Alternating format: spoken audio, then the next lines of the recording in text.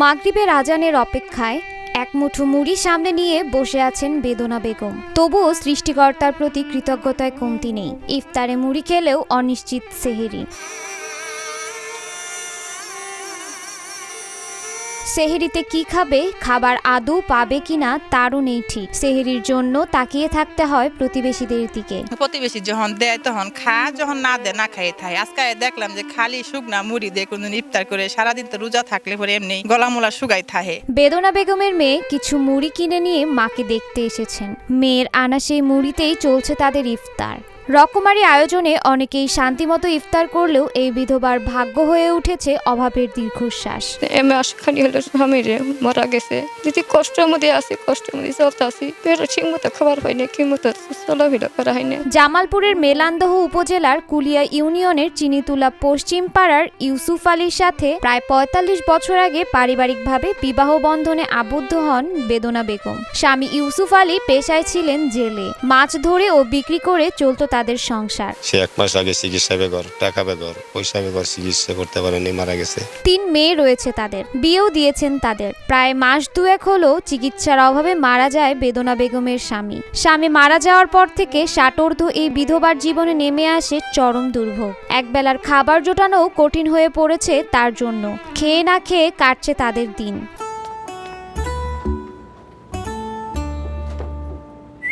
এই ঈদে jewellery clothing এ বিকাশ পেমেন্টে ডিসকাউন্ট। ইসুফের বউ খুব কষ্ট করে চলতেছে, ইসুফটাও মনে করে কষ্ট করে মারা গেল। এই অভাবের দিনেও লোক লজ্জার ভয়ে কারো নিকট হাত পাতেন না বেদনা বেগম। প্রতিবেশীরা কেউ যদি নিজে থেকে দয়া করে কিছু খাবার দিয়ে যায় তবেই অন্ন জোটে তার, নয়তো অনাহারেই কেটে যায় দিন। সরকারের জন্য আল্লাহর জন্য আমাকে সাহায্য করে, তাহলে আল্লাহ রোজা বাসটা চলবার পাবো। স্বামীর সামান্য আয়েশ নিজের সংসার চালাতেই হিমশিম খেতে হয় বেদনা বেগমের মেয়েদের। তাই ইচ্ছা থাকলেও মাকে আর্থিকভাবে সহযোগিতা করা হয়ে ওঠে না। তার ৩টি মেয়েও যে তার মাকে সহযোগিতা করবে এই সমর্থন তাদের নেই। তাও শত কষ্টের মাঝেও মায়ের জন্য মুড়ি নিয়ে এসেছে ছোট মেয়ে। তাই দিয়েই মা ইফতার সারছেন।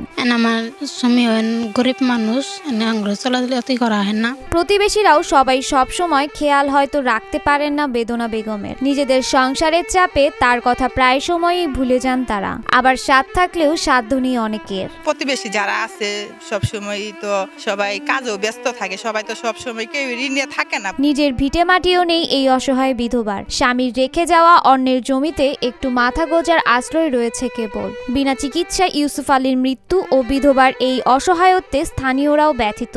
তার যে একটু বাড়ির সম্পদ তাও নাই, অন্য একজনের বাড়িতে ঘর তুলে আছে। বেদনা বেগমের আর্থিক দৈন্যদশাতে বিচলিত পরিষদের সদস্যরাও। রমজান মাসে তার অনিশ্চিত ইফতার ও সেহেরি খাওয়া নিয়ে চিন্তিত তারা। পরিষদের বরাত দিয়ে সহযোগিতা করার পাশাপাশি এই বিধবার রমজান মাস একটু ভালো কাটাতে প্রশাসনের সাহায্য কামনা করেন তারা।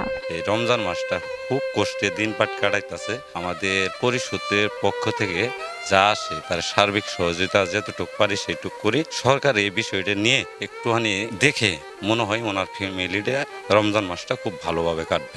সরকারের পৃষ্ঠপোষকতার পাশাপাশি বিত্তবানদের সহযোগিতাতে অসহায় বিধবার রমজানের ইফতার ও সেহরিতে একটু ভালো খাবার জুটুক, এমনটাই প্রত্যাশা সকলের।